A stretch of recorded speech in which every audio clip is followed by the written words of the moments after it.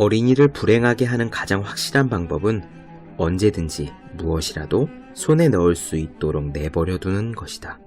프랑스 철학자 장자크 루소의 말입니다.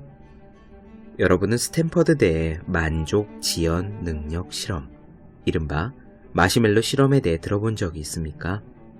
연구진은 4살짜리 아이들의 눈앞에 마시멜로를 놓아두면서 15분을 먹지 않고 견디면 상으로 마시멜로를 1개 더 주겠다고 했습니다. 어떤 아이들은 그 자리에서 마시멜로를 입에 넣었고 어떤 아이들은 보상을 기다리며 15분을 견뎌냈습니다. 시간이 흘러 연구진은 실험에 참여한 아이들을 추적했는데 마시멜로를 참은 아이들이 학업을 비롯한 삶의 전반적인 평가에서 훨씬 우수한 성취를 거두었습니다. 실험의 결론은 명확합니다. 만족을 지연시킬 수 있는 능력과 성공은 비례한다. 여러분 자신을 위해서 참는 법을 배우기 바랍니다. 마시멜로는 다양한 모습으로 여러분을 유혹합니다. 당장 책을 덮으라고, 당장 영화관으로 가라고, 당장 게임에 로그인하라고. 여러분에게 당장이라고 말하는 모든 것은 마시멜로입니다. 눈앞에 말랑말랑함에 속지 말기 바랍니다. 사채업자들은 원래 돈을 빌려줄 때 웃습니다. 즐거움은 참는 만큼 여러분을 성공으로 이끕니다. 지금 모든 것을 즐기는 사람은 나중에 아무것도 즐길 수가 없습니다. 지금 당장이라는 말을 나중으로 바꾸는 능력에 여러분의 삶이 달려 있습니다. 365 공비타민, 지금 당장이냐 나중이냐의 한 대목으로 시작합니다.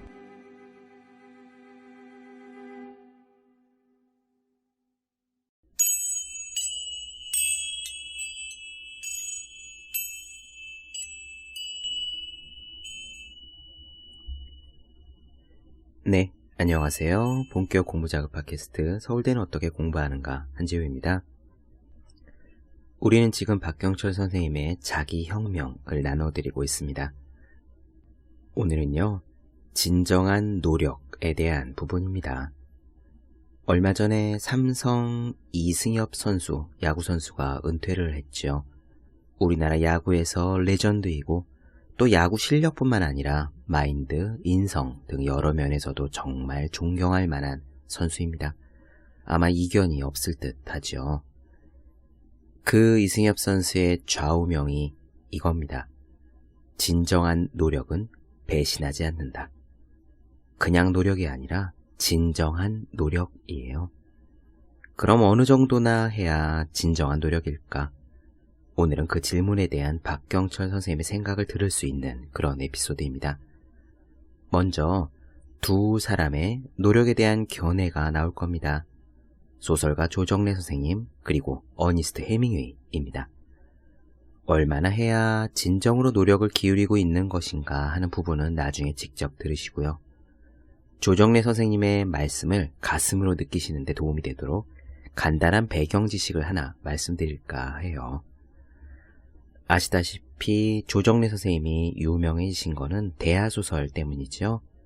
아리랑, 태백산맥, 그리고 한강입니다. 저는 앞에 2개는 읽었고 한강은 아직 못 읽었어요. 아리랑과 태백산맥도 고등학교 때 읽었으니까 그게 벌써 20년 전이라 다시 한번 읽긴 읽어야 하는데요. 아무튼 예전에 국어 선생님이 이런 말씀을 해주셨거든요. 대하소설 4권을 차례대로 읽으면 우리나라 역사를 아는 데 도움이 된다. 첫 번째가 벽초홍명희 선생의 임꺽정입니다. 둘째가 황석영 선생님의 장길산이고요. 셋째가 아리랑이고 넷째가 태백산맥입니다. 시대의 순으로 되어 있죠. 임꺽정, 장길산, 아리랑, 태백산맥. 그때는 아직 한강이 나오기 전이었으니까요. 아마 지금도 아이들을 가르치고 계실 그 선생님께서는 한강까지 5가지를 읽어라 라고 말씀하실 것 같아요. 저는 그 선생님의 말씀을 따라 고등학교 때 대하소설을 읽었습니다. 뭘 모르는 그 나이에 읽었을 때도 임꺽정과 장길산은 사실 잘 모르겠는데 아리랑, 태백산맥은 엄청 재미있었어요. 아마 지금 읽으면 훨씬 더 재밌겠죠. 여러분들께서도 무슨 책을 읽을지 고민하고 계신다. 시간이 여유가 꽤 넉넉하게 있는데 딱히 읽어야 될 책이 없다. 그러시면은 아리랑 태백산맥 꼭 잡아보시길 권해드립니다. 말씀이 길어졌네요. 제가 알려드리고 싶은 배경 지식은 이거예요. 조정래 선생님의 대하소설 3부작은 모두 32권이에요. 일제시대를 다룬 아리랑이 12권, 한국전쟁과 남북분단, 사상대립을 다룬 태백산맥이 10권, 그리고 6.25 전쟁 이후에 우리나라 경제 발전 시대를 다룬 한강이 10권이죠. 이 32권을 쓰는데 꼬박 22년이 걸리셨습니다. 그 22년 동안 조정래 선생님은요, 하루에 15시간을 책상 앞에 앉아 글을 쓰셨대요. 22년 동안 자그마치 하루에 15시간씩. 선생님의 자서전 황홀한 글 감옥에 나오는 이야기입니다. 하루 15시간을 책상 앞에 앉아 주어진 책을 읽는 것도 힘듭니다. 그런데 그 15시간을 읽는 것이 아니라 쓰는 것. 조정래 선생님이 기울이신 노력은 그랬습니다. 그럼 그분이 진정한 노력에 대해서 뭐라고 하셨을지 오늘의 이야기에서 직접 들어보시죠. 바로 시작하겠습니다.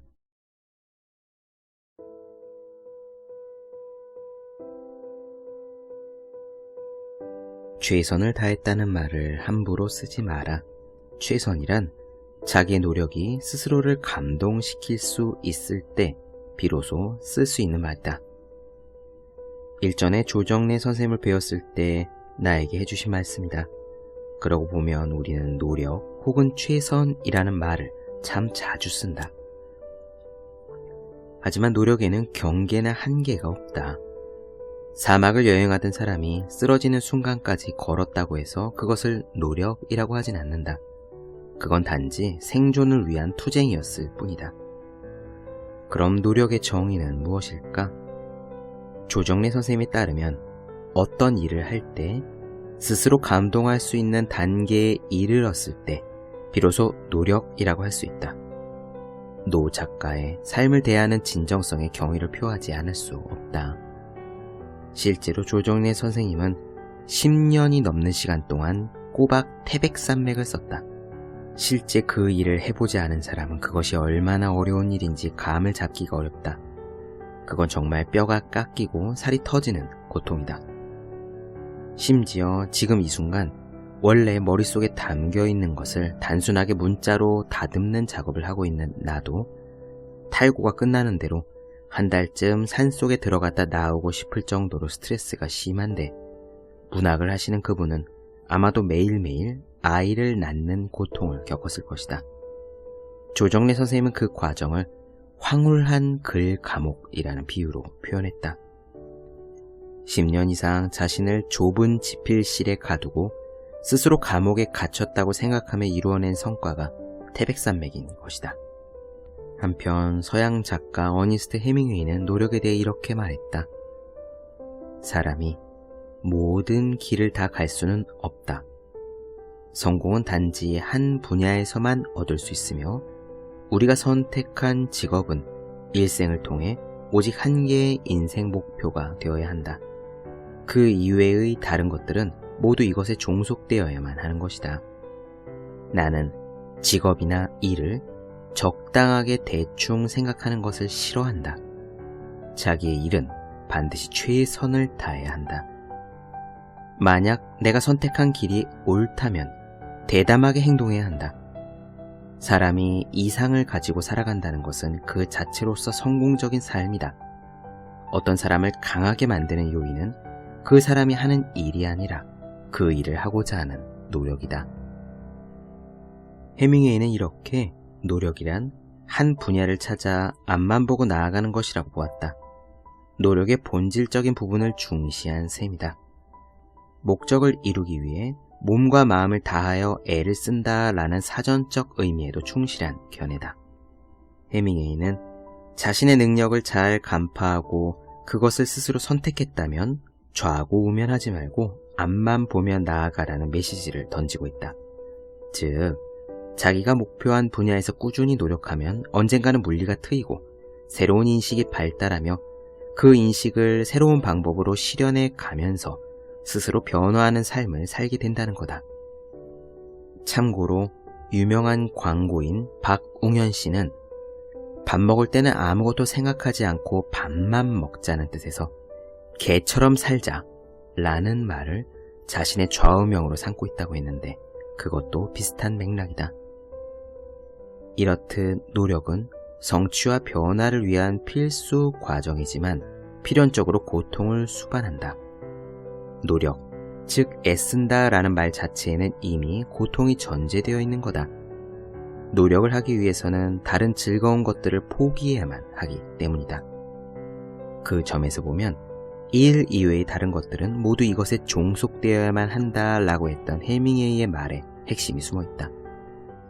인간은 기본적으로 쾌락과 안락을 추구한다. 서있기보다는 앉고 싶고 앉아있기보다는 눕고 싶어 한다. 하지만 그런 안락과 쾌락을 포기하지 않고서는 인간이 인간다울 수 없다. 그런데 이런 생각은 가끔 회의에 빠질 수도 있겠다.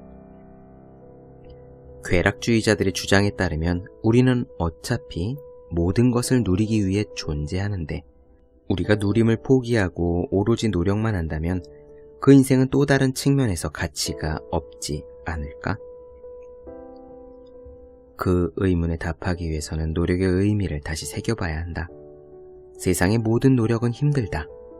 힘들지 않다면 그건 노력이 아니다. 하지만 노력은 꿈에 다가가는 과정이기도 하다.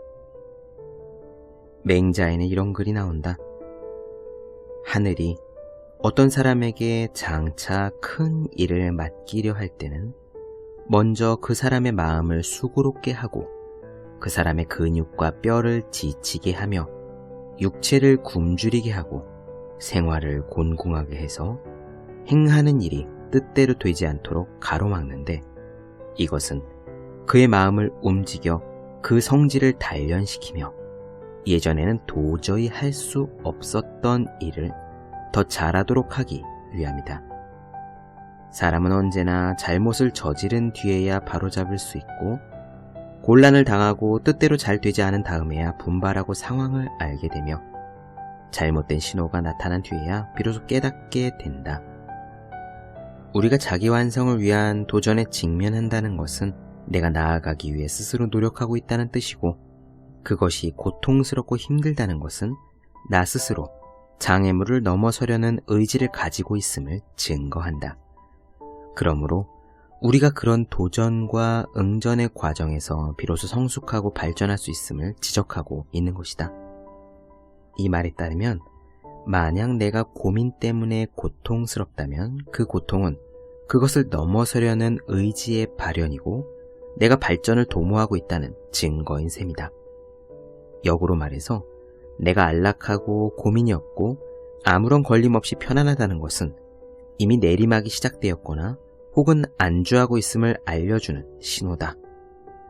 또 시련에 봉착하는 것은 무엇인가 문제가 생겼거나 장벽이 나타났음을 알려주는 파수꾼이다. 같은 맥락에서 하인리히 법칙은 많은 점을 시사한다. 트래블러스 보험사에서 리스크 관리 업무를 맡고 있던 하인리히는 보험사에 보상 요청된 산업재해들을 분석해본 결과 일정한 통계적 법칙이 존재함을 밝혔다. 그에 따르면 산업재해로 인한 중상자가 1명 나오기 전에 이미 같은 사유로 29명의 경상자가 발생했고 또 그 전에 같은 사유로 상해를 입을 뻔했던 잠재적인 부상자가 300명 있었다고 한다. 즉, 커다란 사고는 우연의 결과로 갑작스럽게 발생하는 것이 아니라 그 전에 이미 그 사고를 경고하는 사소한 사고들이 반복적으로 발생한다는 것이다. 따라서 사소한 문제가 발생했을 때 주의를 기울여 원인을 파악하고 그것을 고치면 더 커다란 사고를 막을 수도 있지만 작은 사고를 가볍게 여겨 무시하면 나중에 대형 참사로 이어진다는 의미다. 이것은 개인의 문제에도 마찬가지일 거다.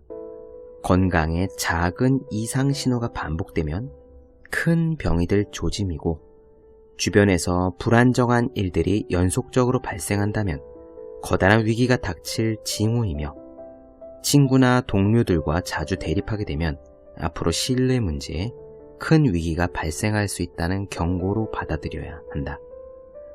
따라서 우리는 늘 자신에게 닥친 작은 시련을 외면하거나 무시하지 말고 반드시 바로잡아 나가야 한다. 사냥꾼은 참새를 잡을 때조차도 최선을 다하듯이 우리 역시 작은 문제건 큰 문제건 신중하게 원인을 분석하고 하나하나 해결해 나가야만 기회라는 결과가 우리를 찾아온다.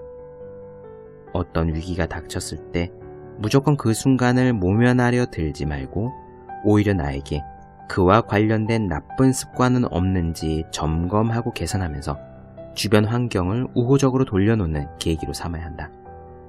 적은 외부에 있다고 믿지만 진짜 큰 적은 내부의 적이다.